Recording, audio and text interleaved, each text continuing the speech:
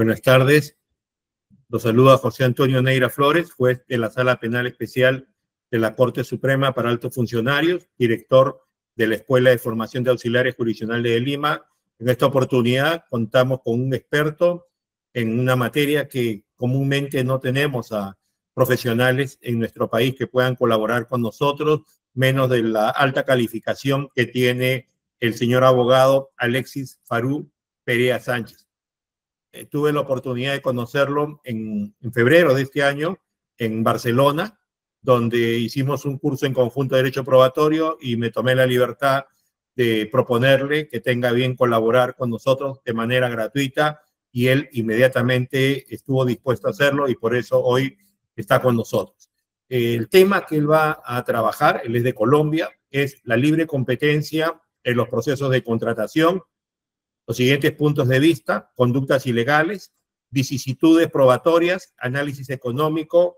El señor Alexis Farú Perea Sánchez, como he dicho, es de Colombia, es abogado, es especialista en Derecho del Mercado de Capitales y candidato a magíster en Derecho Económico de la Pontificia Universidad Javeriana, con perfeccionamiento en Derecho de la Competencia y especialista en Servicios Públicos de la Universidad Externado de Colombia. Es egresado de la Universidad Tecnológica del Chocó, ganador de los premios Robert Cutter 2013 de la Asociación Latinoamericana e Iberoamericana de Derecho y Economía, ALACDE, José Ignacio de Márquez, en Derecho Económico 2018, y mejor abogado afro de la revista Política 2023. Ha sido igualmente profesor titular de las Universidades Externado de Colombia y Santiago de Cali en pregrado y maestría, y también ha sido conferencista en universidades como la UNAM, Universidad Nacional de México, y la Internacional de Florida, Miami, USA, y en diversos países de Latinoamérica en eventos internacionales. Ha sido coautor del proyecto de ley 452 del 2022 Cámara, por medio del cual se reforma la ley de competencia desleal de Colombia, de su país, y es coautor de 2 libros y de diversos artículos publicados en países como España, Brasil, Argentina, Perú y Colombia sobre derecho de la competencia, financiero, arbitramiento y análisis económico del derecho, algunos de los cuales han sido traducidos al inglés y al portugués por organizaciones y revistas académicas. Este es un resumen de la calidad profesional del señor abogado Alexis Perea Sánchez y muchas gracias. Por favor, está a su disposición nuestro auditorio. Bueno, muchas gracias. Primero que todo, siempre darle gracias a Dios por la oportunidad de compartir este espacio académico con ustedes. Darle las gracias al maestro José Neira y al Poder Judicial peruano por tener la deferencia de invitarme hoy a compartir este espacio académico en un foro que ha ganado tanta importancia a nivel latinoamericano como es el de FAJA.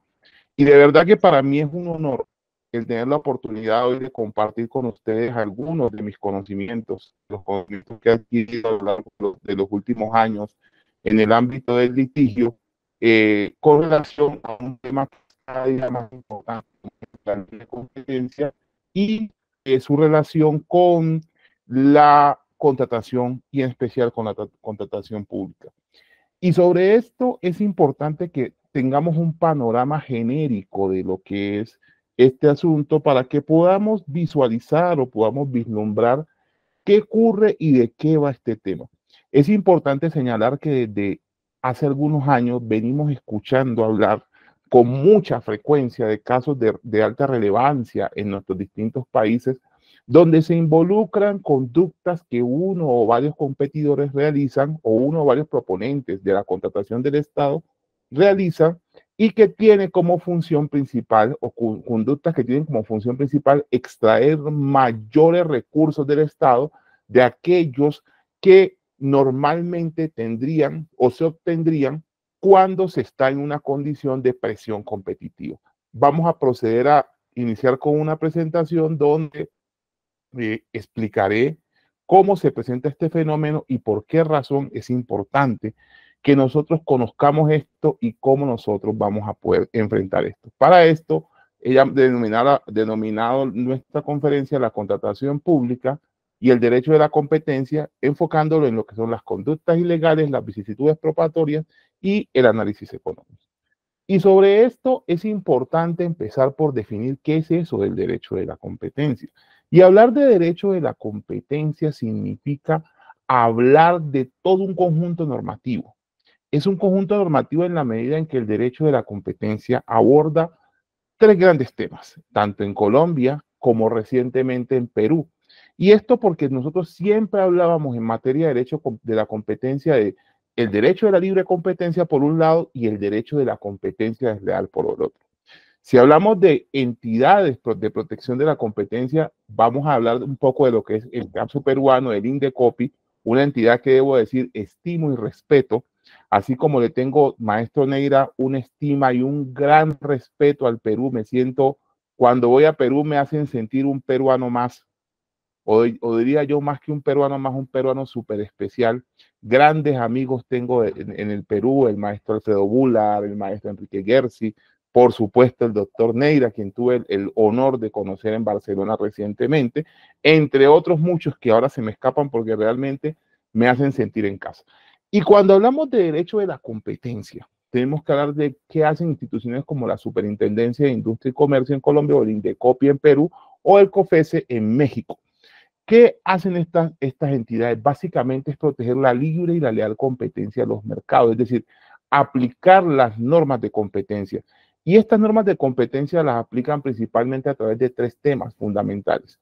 El primero, las prácticas restrictivas de la competencia, donde hablamos de casos como los famosos cárteles o carteles, como se dice popularmente, que ustedes recordarán, por ejemplo, en Perú, el cartel del oxígeno del Instituto Peruano de Seguridad Social, o los carteles como el cartel de los cementos, que también se dio en Perú, entre otros, o el cartel de los pañales, que también es un cartel que también tuvimos en Colombia. Hay un segundo tema que sé que es de reciente data en Perú, que es el llamado control de concentraciones o control de integraciones empresariales, donde básicamente lo que buscamos es prevenir que la integración de dos empresas convierta a estas empresas en un único agente que ejerza un poder casi monopólico en el mercado o inclusive monopólico.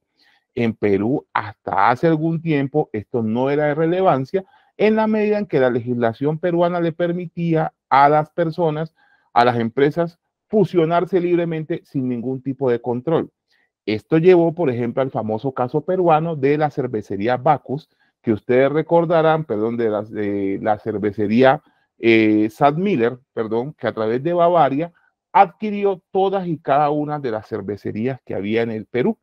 Y esta cervecería, como ustedes recordarán, una vez adquirió todas estas cerveceras, lo que procedió fue a elevar el precio de la cerveza y por algún tiempo la cerveza en el Perú se pagó a un costo bastante elevado.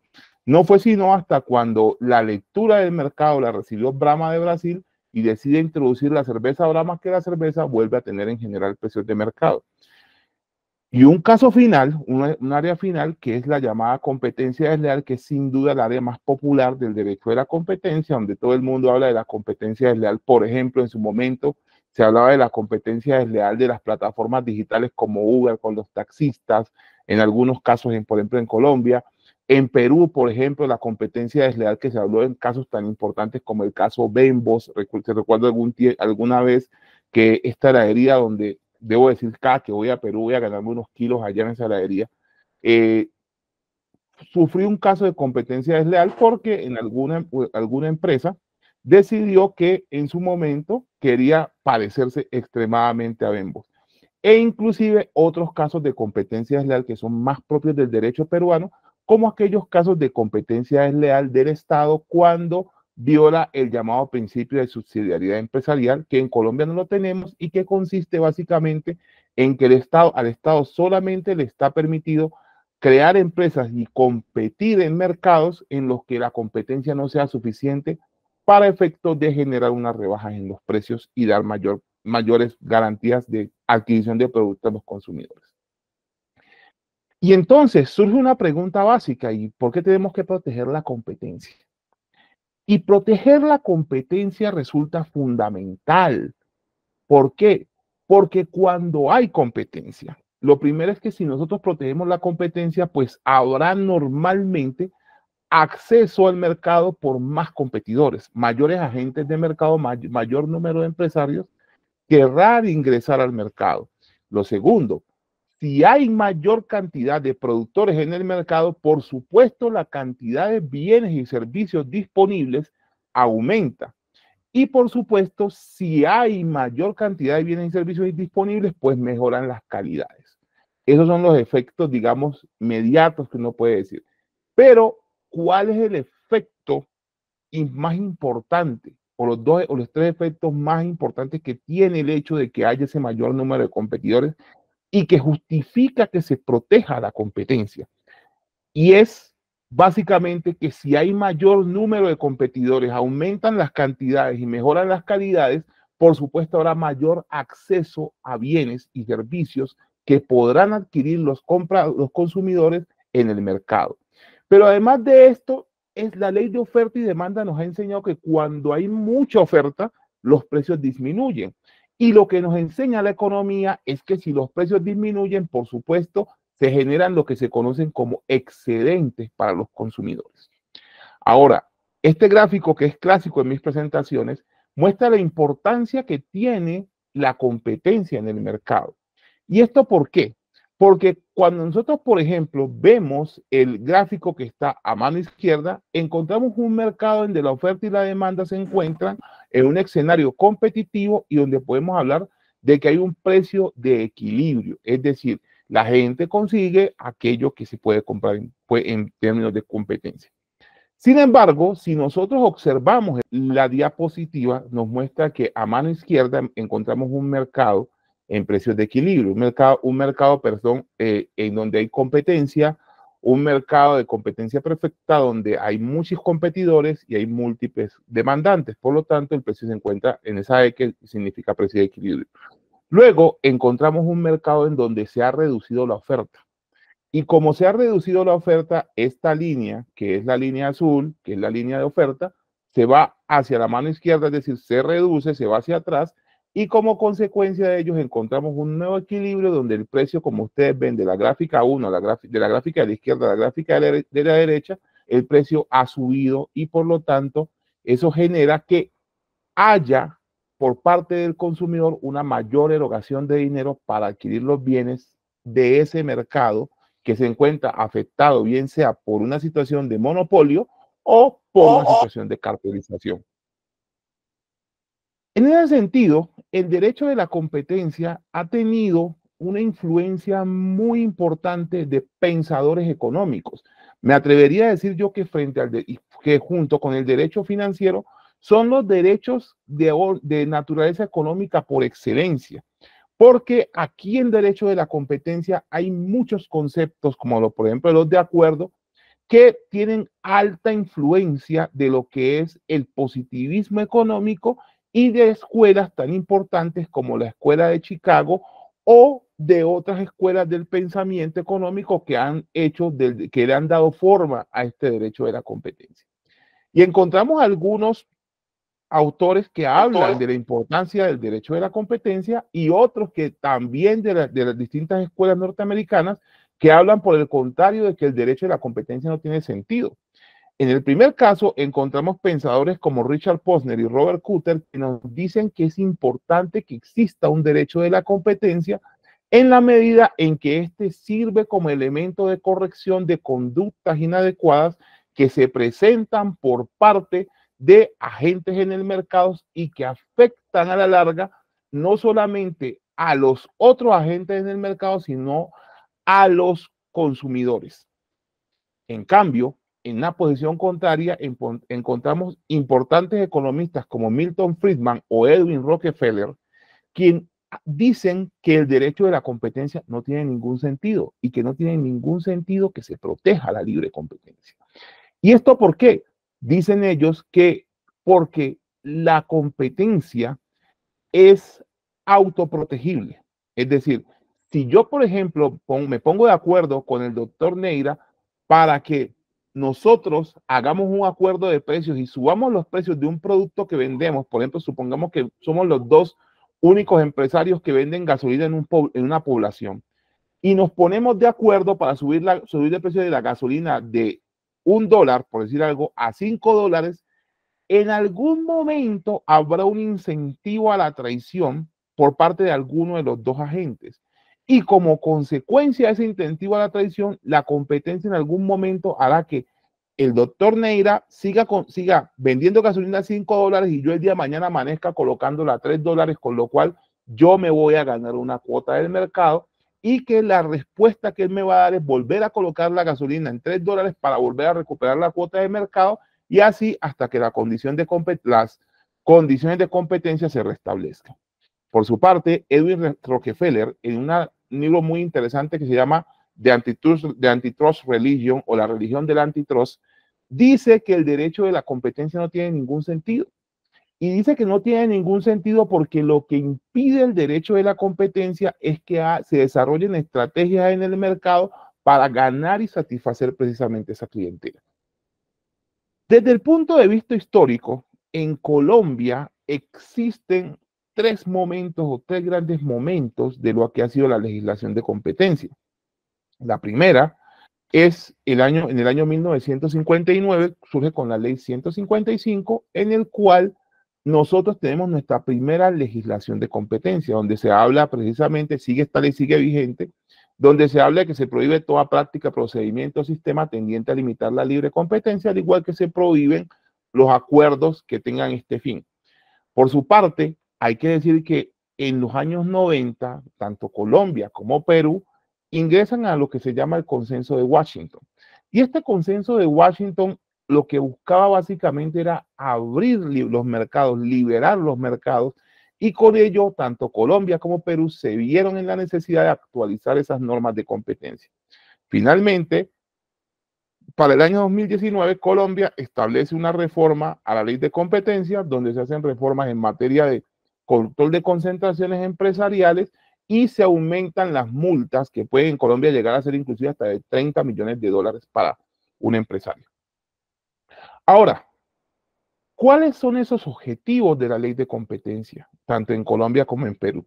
Básicamente, la ley de competencia lo que busca es proteger la libre participación de las empresas en los mercados. Se busca con las leyes de competencia que no haya maniobras que impidan que un agente del mercado pueda ingresar a este con la intención de captar clientela.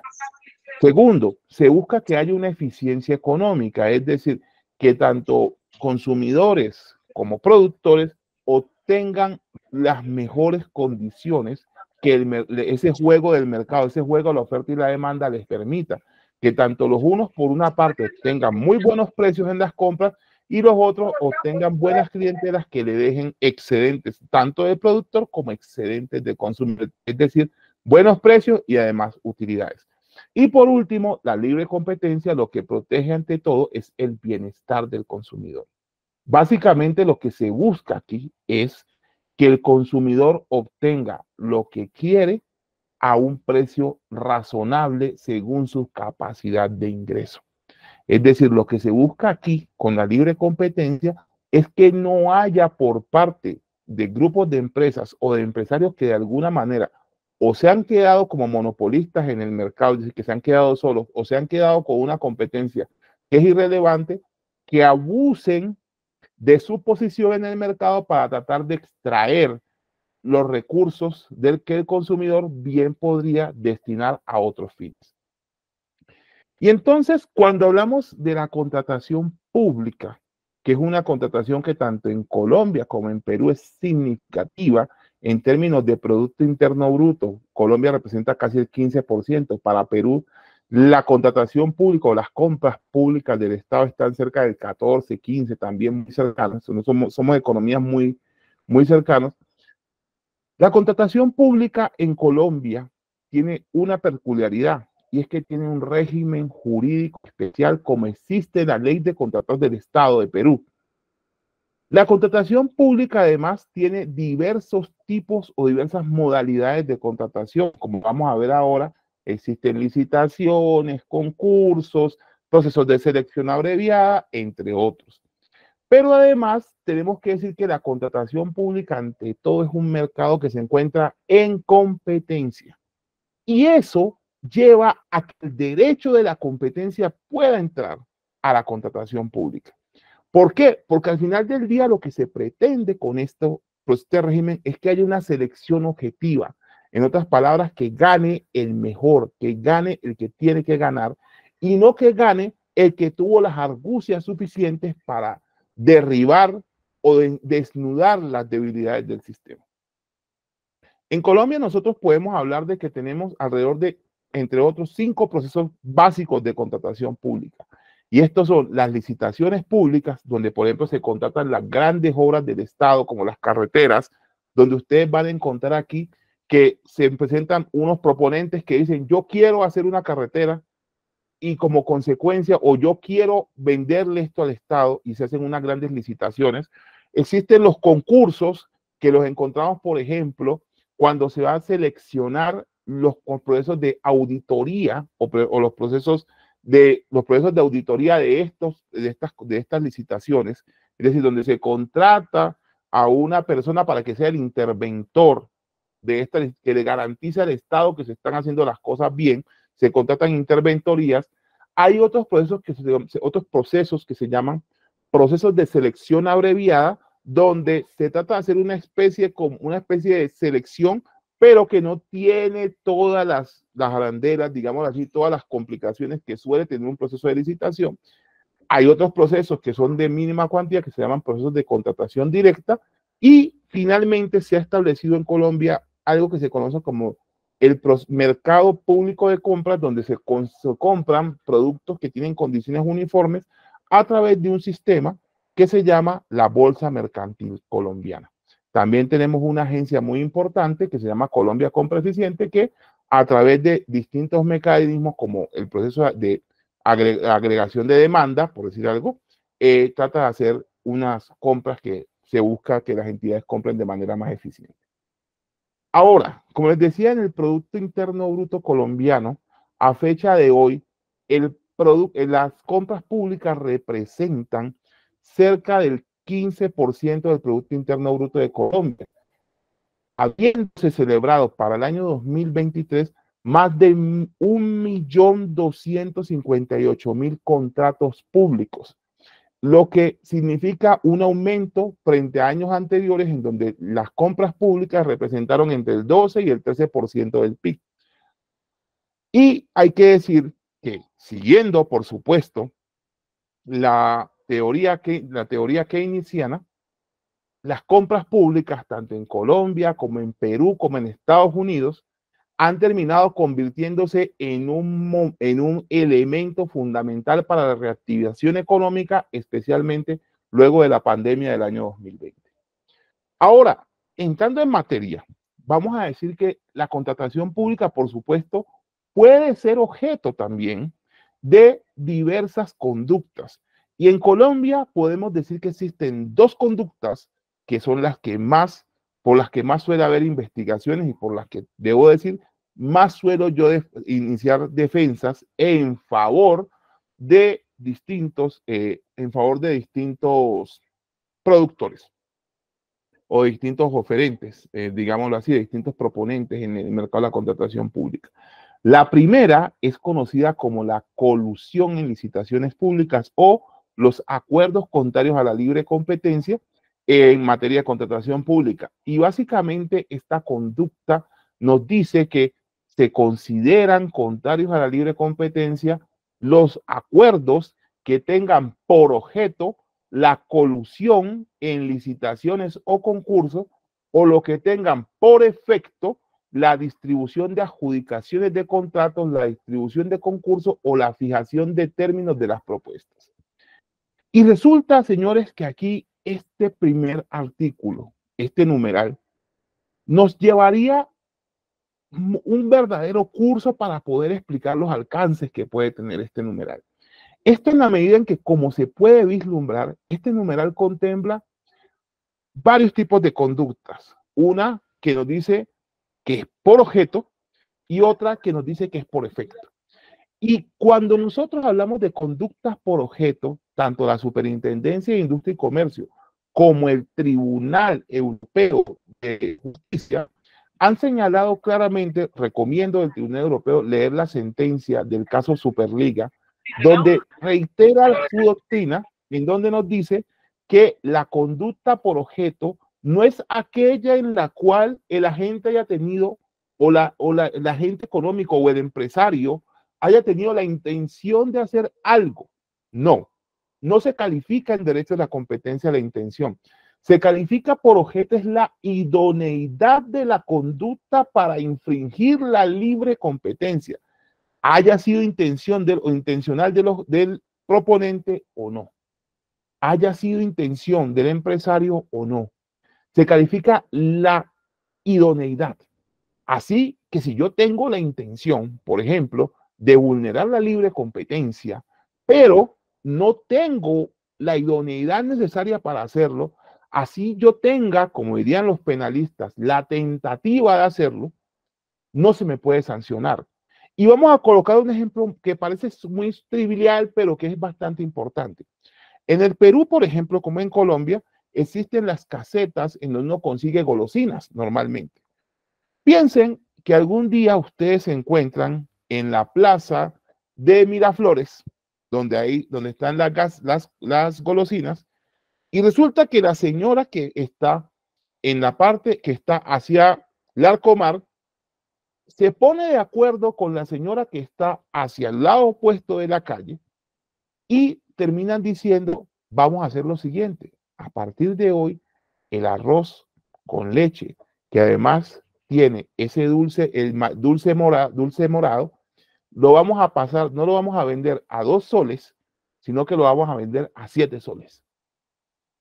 La pregunta que yo puedo hacerme frente a este caso es la siguiente. ¿Es esto un acuerdo anticompetitivo?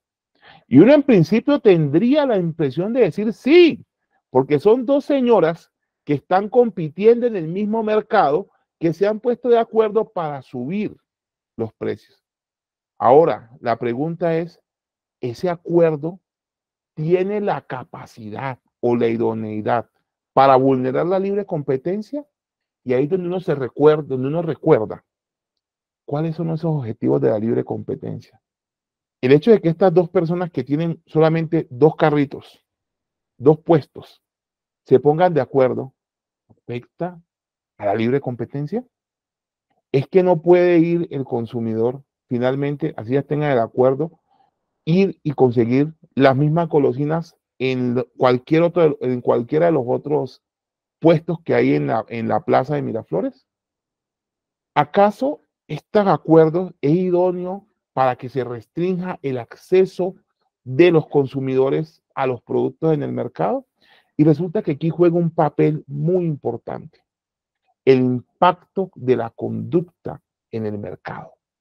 Como podemos ver, el acuerdo que han celebrado estas 2 personas, estos 2 puestos de dulces, no tiene ningún impacto en el mercado, porque al final si se ponen muy caros, pues yo tengo otros productos sustitutos, bien sean sustitutos perfectos, no quiero tus golosinas por cara, voy y las compro donde el vecino, o sustitutos imperfectos donde, que si usted es la única que vende el arroz con leche con dulce de maíz morado, o es la única que vende el suspiro limeño, pues sencillamente yo me puedo comprar unas galletas Oreo, o me puedo comprar una Snickers, o me puedo comprar cualquier otro tipo de productos. Ahora, cuando hablamos, por otro lado, de esas conductas que son por efecto, hablamos de conductas que han logrado el propósito con el cual se tenía la colusión, es decir, que con independencia de si era o no la intención, el efecto que generó la conducta fue generar aquello que la norma considera prohibida. Y aquí tengo que presentar mi primera discrepancia con lo que es en general la interpretación que se le ha dado a este artículo. ¿Y esto por qué? Porque en derecho de la competencia, los tipos, es decir, las normas de competencia, suelen ser normas abiertas. Por ejemplo, se dice que está prohibida la fijación directa o indirecta de precios, que está prohibido el acuerdo de repartición de mercados. Pero, curiosamente, en este punto el legislador utilizó una técnica legislativa en donde dejó claramente establecido qué era lo que quería prohibir con este tipo de acuerdos. Y lo que dijo fue, los que tengan por objeto la colusión, es decir, donde dos o más agentes se ponen de acuerdo para no competir, ¿en dónde? En las licitaciones o concursos. Y aquí la jurisprudencia nuestra ha dicho es que el legislador estableció licitaciones o concursos como una de los tantos formas en que se podría hacer el acuerdo, pero también se podría hacer en los procesos de selección abreviada, no tiene ningún problema. Y yo realmente les confieso que tengo, no dudas, tengo una visión contraria a lo que se dice frente a ese punto. ¿Por qué? Porque el legislador, queriéndolo o no, cerró y quiso cerrar los procesos a los cuales se aplica esa colusión a licitaciones o concursos. Entonces, si el legislador hubiera querido, hubiera dicho a los procesos de selección de contratación pública. No lo quiso así.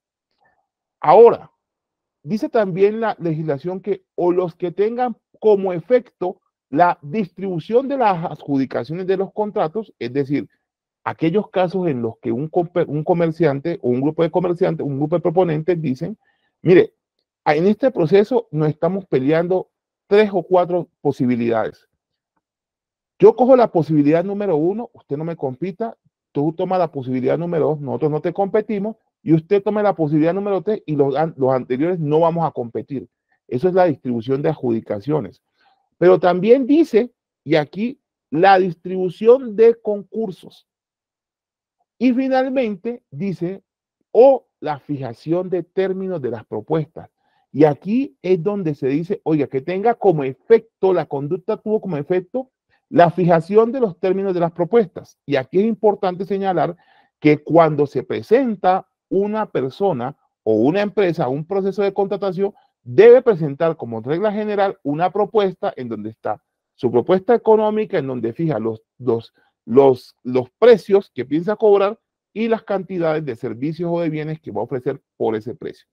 Esa fijación de términos de propuestas es lo que se sanciona por parte de esta entidad. Ahora, y entonces, ¿qué pasa en aquellos casos en los cuales los procesos de contratación no son ni licitaciones ni son concursos? Pues la legislación colombiana tiene algo que se conoce como la cláusula general de prohibición de la cláusula general de libre competencia, donde dice claramente que quedan prohibidos los acuerdos o convenios que directa o indirectamente tengan por objeto limitar la producción, abastecimiento, distribución o consumo de materias primas, productos, mercancías o servicios extranjeros o nacionales y en general toda clase de práctica, procedimiento o sistema tendiente a limitar la libre competencia y a mantener o determinar precios inequitativos.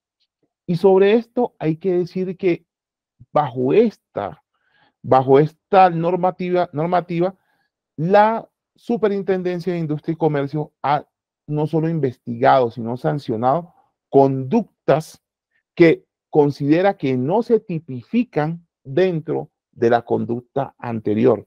Particularmente, la superintendencia tiende a investigar algunas conductas que se presentan, por ejemplo, en algunos procesos de mínima cuantía o de selección abreviada, en donde se presentan circunstancias como que una persona que es dueño de una empresa, a la misma licitación presenta 2 y hasta 3 empresas con la intención de hacerse adjudicatario o de aumentar el número de probabilidades.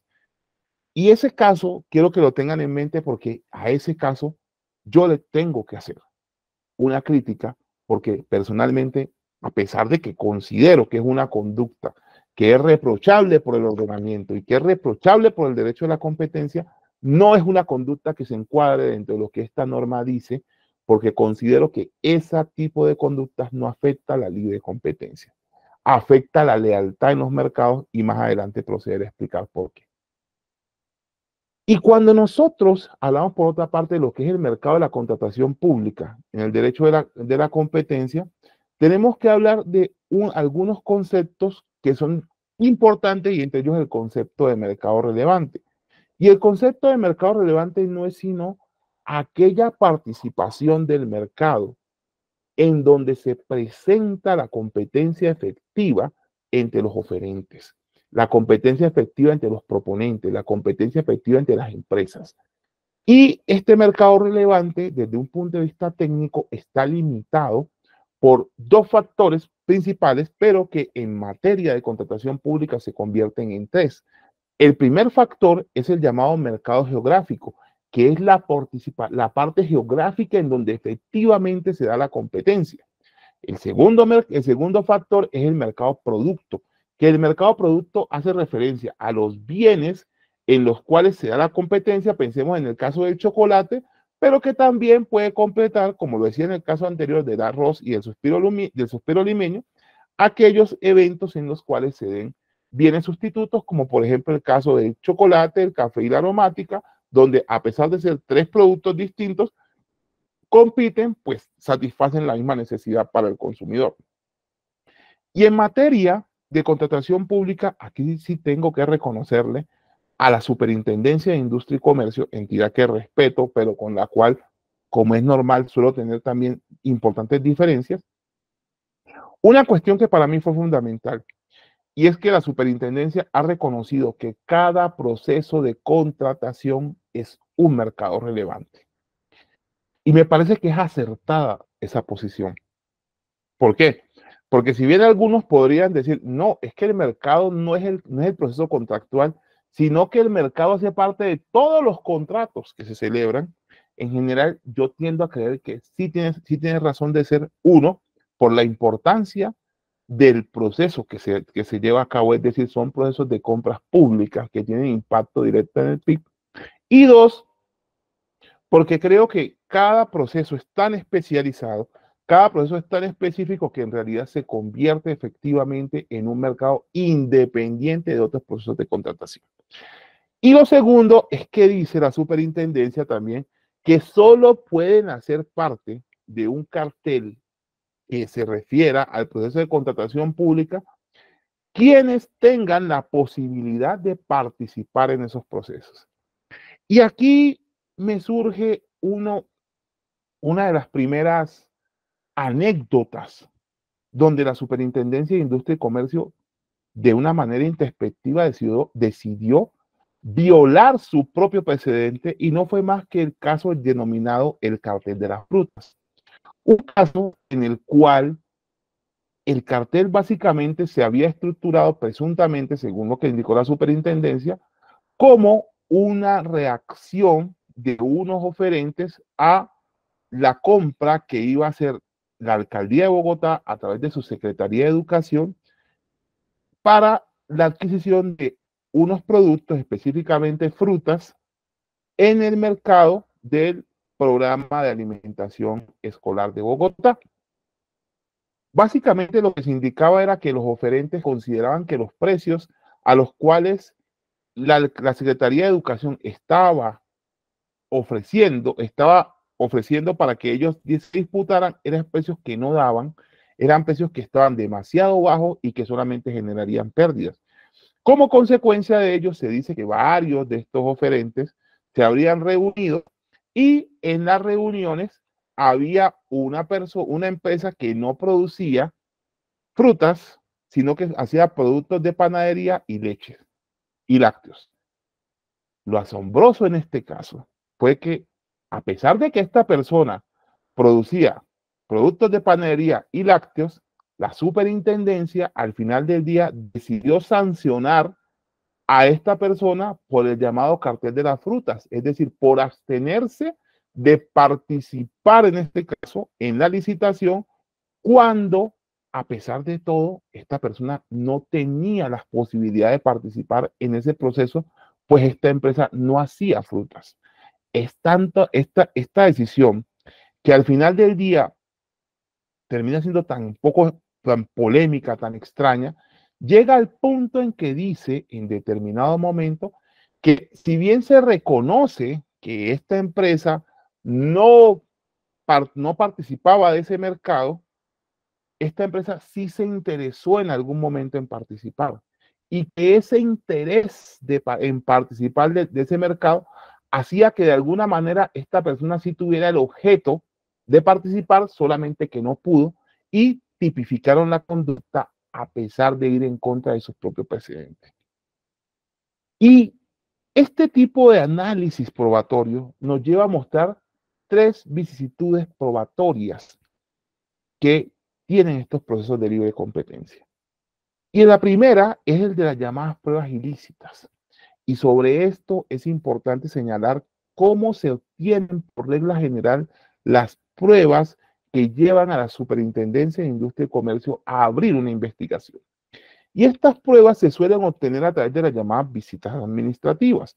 Dichas visitas administrativas básicamente lo que tratan en este caso es de llegar de sorpresa a las empresas, pedirles a los funcionarios que se encuentren que le permitan a los funcionarios de las entidades tener acceso a sus computadoras, tener acceso a los distintos celulares, a los distintos medios de comunicación, a los distintos dispositivos, tener acceso a documentos físicos, interrogar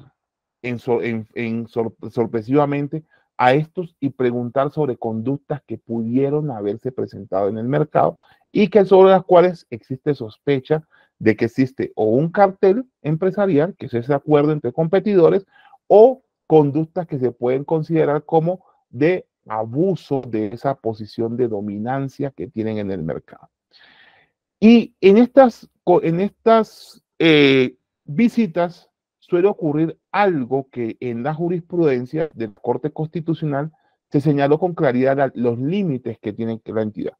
En primer lugar, la Corte Constitucional, en una sentencia del año 2018, señaló claramente que la superintendencia tiene el derecho y puede practicar las visitas que sean necesarias para obtener la información y, si es del caso, abrir investigaciones contra los distintos empresarios. Pero sí estableció unos límites, y uno de los límites es que cuando se trate de obtener información de dispositivos que tengan información personal, de dispositivos que sean de carácter personal, la superintendencia debe necesariamente tener una autorización judicial. Esta sentencia, que es tan clara, ha sido interpretada a mi modo de ver de una manera poco correcta por parte de la entidad, pues lejos de reconocer que no se puede obtener información de, por ejemplo, celulares, tablets o dispositivos que sean de uso personal, la superintendencia ha entendido que se trata de una patente de corso para obtener dicha información siempre y cuando, dicen ellos, no se use la información personal en el proceso. Personalmente, yo creo que yo soy de la escuela de pensamiento que cree que los derechos fundamentales sirven como un mecanismo de limitación del poder del Estado. Y cuando yo, por ejemplo, en una etapa, en una era del desarrollo social como la de hoy, donde yo tengo fotos de mis hijos en mi dispositivo celular, donde yo tengo o puedo llegar a tener fotos íntimas en mi dispositivo celular o fotos de otras personas en mi dispositivo celular, que puede cualquiera tenerlos hoy por hoy con la circulación de la información, la puedo tener. El hecho de que la entidad acceda a esa información, que de hecho el funcionario vea esa información, a mi modo de ver, constituye una violación de ese derecho a la intimidad. Derecho que, por supuesto, como todos los derechos, no es absoluto, que lo que por lo menos debería tener esa garantía de que sea un juez quien evalúe la proporcionalidad de la decisión o de la necesidad y la proporcionalidad de adoptar esa medida de acceder a mi equipo electrónico. Pero más allá de eso, en estas visitas se nos presenta la segunda vicisitud que encontramos en los procesos de selección, en los procesos, perdón, de libre competencia. Y esa vicisitud viene de la extracción de las pruebas electrónicas. Y sobre esto debo explicar brevemente cómo se da un proceso de libre competencia en Colombia. En Colombia tenemos una entidad, como lo había dicho anteriormente, que es la Superintendencia de Industria y Comercio, la cual en materia de libre competencia tiene dos funcionarios que son principales. El delegado para la protección de la competencia, que es nombrado directamente por el superintendente, el cual instruye las investigaciones, el cual dentro de esa instrucción de investigaciones es el que una vez te abre, te decide abrir el pliego de cargos, te otorga y te concede 20 días para que tú presentes y solicites las pruebas que vas a usar, pero que, dicho sea de paso, es quien te va a acusar ante el superintendente de Industria y Comercio para que pueda ser sancionado, quien va a recomendar a través de un informe motivado, se le llama en Colombia, va a recomendar si te sancionan o si no, pero que muy seguramente la delegatura lleva varios años, lleva varios meses trabajando y que cuando abre la investigación, lo que tiene es básicamente ese ánimo sancionatorio. Es claro, y la psicología nos los ha enseñado, entre ellos nos los ha enseñado el famoso ganador del premio Nobel por su obra Pensar rápido, pensar despacio, Daniel Kahneman, los distintos jueces o todas las personas podemos caer en los llamados sesgos cognitivos. Y esos sesgos cognitivos nos pueden llevar inclusive a tomar decisiones erróneas. Cuando se tiene una estructura de proceso en donde yo soy el que va a acusar, soy el que te investigo, soy el que acuso, pero además soy el que me llevo los aplausos. En caso de que a usted lo sancionen, de que el superintendente decida sancionarlo, lo más probable es que yo caiga en en lo que Daniel Kahneman llama el sesgo de confirmación. Es decir, tengo la tentación de solamente buscar aquellas pruebas, aquellas evidencias que confirmen mi teoría del caso, que en este punto no es más que la teoría que me lleva a sancionar o las pruebas que me puedan corroborar que tengo la capacidad de sancionar a esta persona o de convencer al superintendente de que sancione a esta persona. Por el contrario, ¿qué problema va a haber? Cuando yo estoy como delegado y yo encuentro que hay pruebas que puedan derribar mi teoría del caso, bien sea porque han dicho, como por ejemplo ocurre con las pruebas electrónicas, donde muchas veces se dice, señor delegado, permítame hacer una prueba pericial porque esa prueba electrónica que usted ha introducido al proceso no es la misma prueba electrónica que encontraba en el dispositivo celular. Y entonces, ¿qué es lo que hace el delegado en estos casos? Dice, no le voy a dar validez a esa prueba. No vamos a practicar esa prueba. Rechazo esa prueba. ¿Y por qué la rechazo? Porque yo ya estoy convencido que el laboratorio forense de la entidad, ya estoy convencido en este caso, que los instrumentos que ha usado la entidad son los adecuados. Y sobre esto se arma ese problema, que es determinar en todo caso si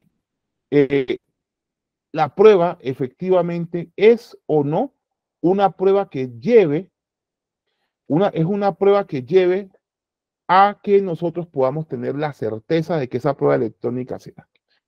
Pero también existe una tercera vicisitud probatoria y que resulta de gran relevancia. Y no es más que la estructuración de la prueba de indicios. Y aquí la prueba de indicios resulta supremamente relevante. ¿Por qué? Porque en no pocos casos las pruebas que encontramos en los procesos para demostrar la existencia de acuerdos no son pruebas directas, como muchas veces ocurre en donde se encuentra un mensaje de WhatsApp en donde dice un oferente le dice a otro, hermano, presente usted una propuesta por 100 y yo la presento por 99. Yo me la gano y después nos repartimos el contrato. En algunos casos esa prueba no existe. En algunos casos la prueba tiene que ser meramente indiciaria.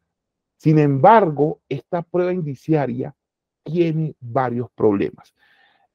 El problema número uno es cuando se olvida por parte del ente acusado, del ente sancionador, se olvidan que no necesariamente lo que es una conducta extraña en una parte es una conducta extraña en otra.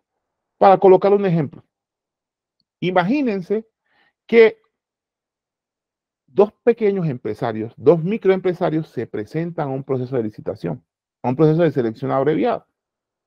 Imagínense que estos dos empresarios se conocen. Imagínense que estos dos empresarios de pronto hasta son amigos. Imagínense que estos dos empresarios tienen la intención de competir. E imagínense que el día de la selección, uno de estos empresarios le dice al otro, ¿tú te vas a presentar? Sí, yo me voy a presentar. ¿Será posible que me lleves los documentos y me los radiques en el mismo proceso de contratación en donde tú vas a competir? Y lo que lleva en este caso a nosotros, que nos llevaría a pensar normalmente es, bueno, ¿por qué un empresario va a llevarle los papeles a otro para que compita contra él? Esto es significativo y esto puede indicar que entre estos empresarios hay un acuerdo para repartirse o para ganarse ese contrato.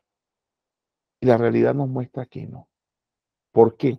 Porque para que los indicios queden bien estructurados, hay dos elementos adicionales a la existencia de un hecho indicador y un hecho indicado. Y el primero es la inferencia. Y del hecho de que yo le lleve los documentos a un competidor y se los radique el mismo proceso en el que yo voy a competir, no necesariamente se infiere o no hay forma de decir, se infiere que entre esa persona y yo haya habido un acuerdo para definir los elementos como precios y cantidades frente a los que cada uno va a presentar en el proceso. Dos, hay otra cosa que es la regla de la experiencia. Y en muchas ocasiones el problema de utilizar las reglas de la experiencia es que para que queden esas reglas de la experiencia bien utilizadas, hay que entender dos cosas. Lo primero es el contexto.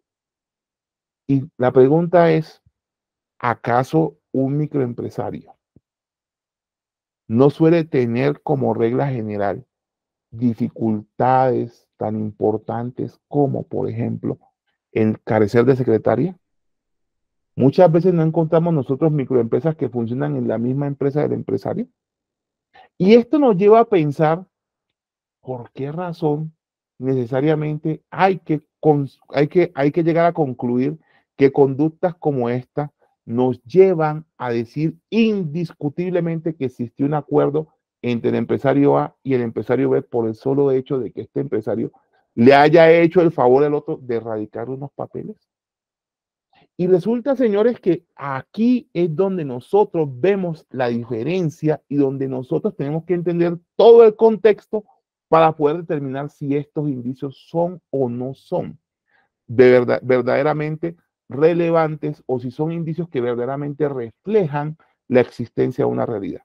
El segundo punto frente a los indicios está el hecho de que también se suele obviar algunas conductas que son normales dentro del contexto latinoamericano, pero que pueden no serlo dentro del contexto de otros países, como por ejemplo Inglaterra, como por ejemplo Estados Unidos, como por ejemplo Alemania. Y aquí me acuerdo de un caso en el cual a unas personas se les acusaba de hacer o de ser miembros de un cartel empresarial en un proceso de contratación pública, básicamente porque se encontró que tenían un grupo de WhatsApp en donde ellos estaban planeando hacer una actividad académica y donde se hablaba, por ejemplo, de Jorgito, de Juanito, de Carlitos, se hablaba de Moniquita o de María o Marita o algún tipo de diminutivos, y donde la entidad, la Superintendencia de Industria y Comercio, llegó a ese momento. Ese tipo de confianza no era propia de unos competidores. Y la pregunta que yo me hago aquí es, sí, yo reconozco que en los manuales de la OCDE eso puede ser llamativo. La pregunta es, ¿y los manuales de la OCDE se hacen en Latinoamérica? Y la pregunta más clara es, en países como Perú, como Colombia y como los países latinoamericanos en general, el uso de los diminutivos no suele ser común. Aquí donde yo reclamo que el derecho de la competencia no puede seguir siendo víctima del esnovismo.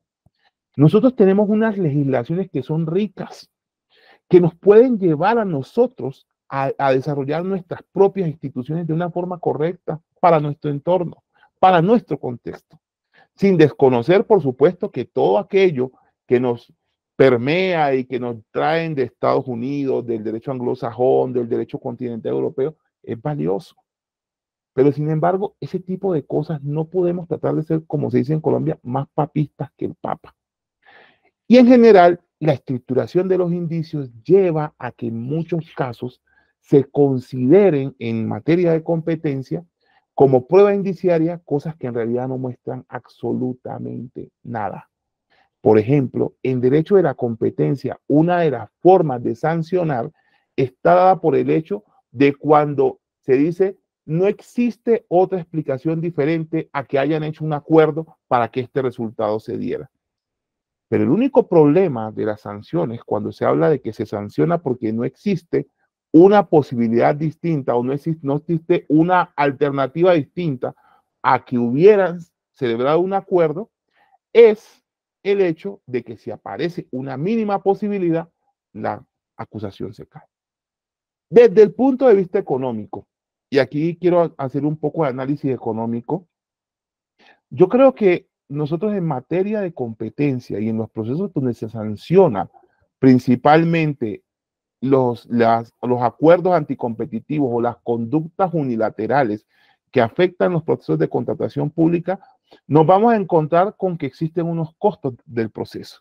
Y estos costos del proceso nos los decían ya Thomas Hullen y Robert Kutten, eran los costos administrativos y los costos de error. Los costos administrativos, realmente los incentivos que existen, y vuelvo y digo, no se trata de una situación personal, se trata de una situación que es propia de los incentivos que tiene la estructura del proceso sancionatorio en Colombia. Los costos administrativos, si lo que se busca es sancionar, suelen ser bajos. ¿Y esto por qué? Porque, como les decía, quien instruye luego tiene la posibilidad y es quien decide qué pruebas se usan y qué pruebas no se usan en el proceso. Por lo tanto, si quien instruye tiene un sesgo de confirmación, cuyo objetivo no es sino buscar aquellas pruebas que corroboren su teoría del caso, en el sentido de que el investigado ha incurrido en una conducta sancionable, pues sencillamente se limitará a retirar las pruebas, se limitará a desechar aquellas pruebas que erosionen su teoría del caso y, por supuesto, buscar aquellas que lo confirmen. Pero es que hay un problema también en materia de competencia. Y el problema está en los costos de error. Y es que el costo de error es aquel que se produce porque la decisión inicial puede ser errónea y por lo tanto puede ser revisada por una segunda instancia. En materia del proceso de libre competencia, no existe esa segunda instancia. No existe quien revise las decisiones. Por ello, hace algunos días, el Tribunal Superior de Bogotá ha proferido una importante decisión en la cual ha dicho que las acciones de amparo, que en Colombia llamamos acciones de tutela, son procedentes frente a las decisiones que toma la superintendencia en el desarrollo del proceso administrativo. Esta sentencia, tenemos que decir, supone un avance inmenso en materia de protección de los derechos de los investigados. ¿Y esto por qué? Porque lo que normalmente se venía diciendo en todas las sentencias anteriores era que había que esperar a que hubiera un acto administrativo sancionatorio y que como consecuencia el investigado tendría la posibilidad de discutir ante la jurisdicción de lo contencioso administrativo esta decisión. Pero además de este costo de errores que es derivado del costo del proceso, encontramos que la conducta específica de acuerdos anticompetitivos o la prohibición de conductas unilaterales que afectan la libre competencia en los mercados de contratación pública requieren, y eso que algunas veces no se hace, que se analice el impacto económico de las conductas. Y para ello, volvamos al caso del que les hablaba. Imagínense que una de las formas en que se contrata en Colombia es a través de los procesos en donde no existe como tal una selección por vía de oferta, sino a través de sorteos. Entonces ustedes van a encontrar, van a encontrar ustedes algunos procesos en los cuales se procede a sortear, por ejemplo, mediante una balota, quien se presentan diversos agentes. Estos agentes son habilitados para entrar al sorteo. Y estos sorteos tienen dos rondas. La primera ronda en donde hay un número determinado de balotas, de acuerdo al número de participantes, en donde se dice esta balota es la que va a permitir decir usted en qué número participa. Entonces, la primera balota es para decir si yo creo en el turno 7, 8, 9, en el turno 1. Y en la segunda balota, yo llego y escojo primero, y si yo resulto con la balota ganadora, el contrato me deja adjudicado. Aquí viene una pregunta. Entonces resulta que llegó un agente del mercado y dice, voy a presentar, por decir cualquier cosa, voy a presentar dos proponentes. Uno en el número 1 y uno en el número 2. Y la pregunta que hay que hacerse aquí es, ¿esta conducta es contraria a la libre competencia? Y yo creo que no. Y la razón para decir no es precisamente porque esa conducta no tiene realmente ningún impacto económico. ¿Y por qué no tiene impacto económico? Porque uno diría, en la aritmética pura, que si yo tenía un participante y luego coloco otro participante, estoy duplicando las posibilidades de ganar. Sin embargo, la estadística nos muestra que eso no funciona así. Porque tener dos participantes cuando hay 100 participantes más, en realidad no significa nada, no es relevante. Porque en realidad lo que yo tengo son 98 posibilidades de perder y 2 de ganar. Entonces, no resulta relevante, por lo tanto, esta conducta no impacta además el bienestar del consumidor. En la medida en que el Estado siempre va a terminar comprando lo que quiere al precio que quiere. Pero además de ello, esta conducta, este tipo de conductas tampoco afectaría la eficiencia del mercado, pues al final del día a ese tipo de procesos de selección se estarían presentando un número de proponentes que yo, si soy supuestamente quien ha hecho esa conducta, no puedo impedir que se presenten. Además, tampoco tengo la posibilidad de cambiar las reglas de juego, por las reglas de juego están establecidas por la entidad pública, y finalmente tampoco tengo la posibilidad de alterar de ninguna forma el concurso, pues hay un factor aleatorio que hace que cualquier conducta que yo te haga sea totalmente irrelevante. Casos famosos. Y creo que han habido en Colombia, ya para terminar, 5 casos famosos. El primer caso famoso fue el caso del cartel de la contratación, en donde varios agentes de mercado, al parecer, se pusieron de acuerdo para repartirse diversos contratos de diversas obras que se iban a realizar en la ciudad de Bogotá, absteniéndose de competir los unos a los otros e inclusive pagándose teóricamente algunas coimas entre ellos para efectos de poder resultar adjudicatario. Un caso muy famoso fue el caso del Plan de Alimentación Escolar, caso PAE, en donde la Superintendencia de Industria y Comercio terminó sancionando a algunos agentes, pero donde hay que decir la verdad, lo curioso de este caso fue que nunca se encontró por parte de la entidad ni una sola prueba en donde un agente hablara con otro para cuadrar, para organizar el resultado de una licitación. Se terminó diciendo aquí, sencillamente, que a estos agentes se les sancionaba porque no había otra explicación distinta a que hubieran hecho un acuerdo para que estos agentes hubieran resultado siendo adjudicatarios en diversas zonas. También tenemos el caso de la llamada Agencia Logística de las Fuerzas Militares, en donde la Superintendencia de Industria y Comercio, siendo este un mercado especializado, donde además la entidad pública, que es la Agencia Logística, que es una empresa que se encarga de comprar suministros para vendérselo al Ministerio de Defensa Nacional, había pedido a diversos agentes que se especializaran cada uno en producir.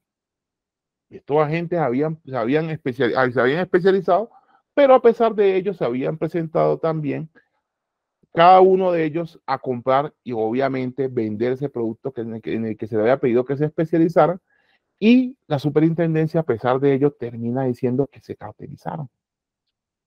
Un caso muy famoso también en Colombia fue el llamado caso Odebrecht, en donde, como nosotros conocemos, pues se presentó una situación en donde presuntamente esta empresa brasilera habría ejecutado actos de corrupción que habrían llevado a que se le adjudicaran distintas carreteras, entre ellas las llamadas carreteras de cuarta generación o las 4G. Hay un caso más bien reciente, fue un caso bastante importante, en donde se decidió investigar un grupo de empresas en donde ellas presuntamente, en el marco de unos procesos de selección de la Fiscalía General de la Nación, que equivale al Ministerio Público o el ente que ejecuta como acusador penal, se habrían puesto de acuerdo para repartirse de diversos tipos de adjudicaciones, pero aquí resulta por demás llamativo que la superintendencia, si bien en algunos casos encontró evidencia directa de participación de algunas personas en estos procesos, encontramos un caso particular de una empresa en donde fue sancionada la empresa, pero no se sancionó al representante legal. Se dijo que el representante legal no tenía conocimiento de la existencia de un acuerdo, pero que la empresa sí tenía responsabilidad, pues una persona que había ido a una licitación, persona a la cual le habían dado la potestad para presentar la propuesta, habría celebrado ese acuerdo anticompetitivo con terceras empresas que habría beneficiado a la empresa que fue en este caso sancionada. Y aquí la pregunta es si las empresas realmente se mueven, son personas jurídicas, son ficciones jurídicas, que su voluntad la manifiestan a través de sus representantes legales, y el representante legal en este caso no manifestó su voluntad de hacer parte de un acuerdo anticompetitivo. ¿Cómo podemos decir que alguien que no tenía la capacidad de vincular o de expresar esa voluntad, ese acuerdo, ese deseo de acordar de parte de la empresa, tuvo la capacidad para comprometer su responsabilidad? Por ello, existen diversos aspectos que suelen ser polémicos en esta materia. Lo primero, el concepto de consumidor. Y es que en esta materia nos resulta que el concepto de consumidor no es el mismo que conocemos nosotros en el Código de Consumo, sino que por vía de interpretación administrativa, la Superintendencia de Industria y Comercio ha dicho que consumidor es todo aquel que participa de la cadena de producción. Entonces, por ejemplo, una empresa que compra de unos señores que presuntamente estuvieron cartelizados, pero que además le vende a otra tercera empresa, se le considera consumidor, cosa que en el Código de Consumo no está establecido de esa forma. El otro punto polémico es el de la llamada caducidad de la facultad sancionatoria. En Colombia es de 5 años a partir de que se ejecutó la conducta, o si la conducta es continuada a partir del último acto. Y aquí la caducidad de la facultad sancionatoria viene dada por un pequeño problema, y es que resulta que la Superintendencia de Industria y Comercio ha dicho que la caducidad, y lo sostenía hasta hace algún tiempo, se presentaba a partir del momento en que se liquidaba el contrato estatal. Recientemente la Superintendencia ha cambiado y ha flexibilizado su interpretación y dice que puede ser o desde el momento en que se presentó el acuerdo, o desde el momento en que se adjudicó el proceso, o desde el momento en que se presentó la liquidación del contrato, o desde el momento en que se celebró el contrato, dependiendo de distintas aristas, pues que por razones de tiempo no vamos a explicar. Y finalmente, yo creo que aquí hay unos temas que suelen ser muy importantes, y es el de la responsabilidad de las personas naturales. ¿Y esto por qué? Porque el Tribunal Administrativo de Cundinamarca ha dicho que esa responsabilidad requiere que la superintendencia apruebe que la persona natural actuó con culpa o con dolo, y por el contrario, la superintendencia ha dicho, faltando de alguna manera, desconociendo ese precedente, que no se requiere aquí probar la culpa o el dolo de la persona que representa ese proponente, sino que basta simplemente con que exista esta responsabilidad objetiva para poderse sancionar. En conclusión, podemos decir que el derecho de la competencia hoy tiene una relación directa con la contratación pública. Que los aspectos probatorios de las distintas decisiones no están exentos de polémica y que, por supuesto, existen múltiples aspectos que son polémicos y que requieren un desarrollo jurisprudencial. Nuevamente, muchísimas gracias por la invitación. Nuevamente, doctor Neira, gracias por esta invitación. Espero no haberme tomado demasiado tiempo. Espero haber sido lo suficientemente claro y nuevamente quedo a disposición para cualquier pregunta. Doctor, buenas tardes. Una pequeña pregunta. ¿Hay algún parámetro, doctor, en la libre contratación cuando se refiere al Estado o esos parámetros están extrajudicialmente fuera del contexto o se tienen que ceñir no solamente a la Constitución, sino a la bilateralidad de la contratación? Bueno, gracias, mi estimado doctor Mario. En materia de libre competencia, hay que decir que existen para la contratación lo que básicamente la libre competencia planea en estos procesos de contratación, donde estamos hablando claramente de procesos donde se entra a competir por un determinado contrato. No se refiere básicamente a un contrato de compraventa normal. Ahí no funcionaría la libre competencia, sino no es que hay un acuerdo anticompetitivo para comprar una casa, sino hablamos de procesos de selección. Lo que básicamente estamos diciendo aquí es que estos procesos deben llevarse con total transparencia. Deben fijarse los precios y las cantidades a los cuales está dispuesto a ofrecer para que el Estado logre pagar menos y obtener más. Así que ahí es donde está el parámetro de esta libre competencia, en que no se hablen entre ellos, no se coordinen, no ejecuten conductas que tengan como objeto precisamente esto. No habiendo más preguntas, sí. Damos por culminado este magnífico evento académico. No sin antes agradecer en nombre del doctor José Antonio Neira Flores por la colaboración a IFAJA Lima. Un gusto tenerlo en nuestra institución. Muchas gracias. Muchas gracias a usted, doctor Neira, siempre agradecido. Un saludo muy especial, un gran amigo, también abogado de libre competencia, Carlos Castillo, un hombre bastante importante, bastante interesante, que ojalá en algún momento tengan la oportunidad de invitarlo a que hable también de competencia desleal. Así que, doctor Neira, a todos mis amigos del Perú, de verdad, qué orgullo para usted compartir con ustedes este momento. Quiero darle las gracias nuevamente al Poder Judicial por esta gran invitación. Espero que en algún momento me vuelvan a invitar. Muy amables. Para nosotros también es un honor haber compartido con usted. Muchas gracias, doctor Alessi Faruk. Magnífico todo. Lo he escuchado, interesante su debate sobre el tema del derecho probatorio.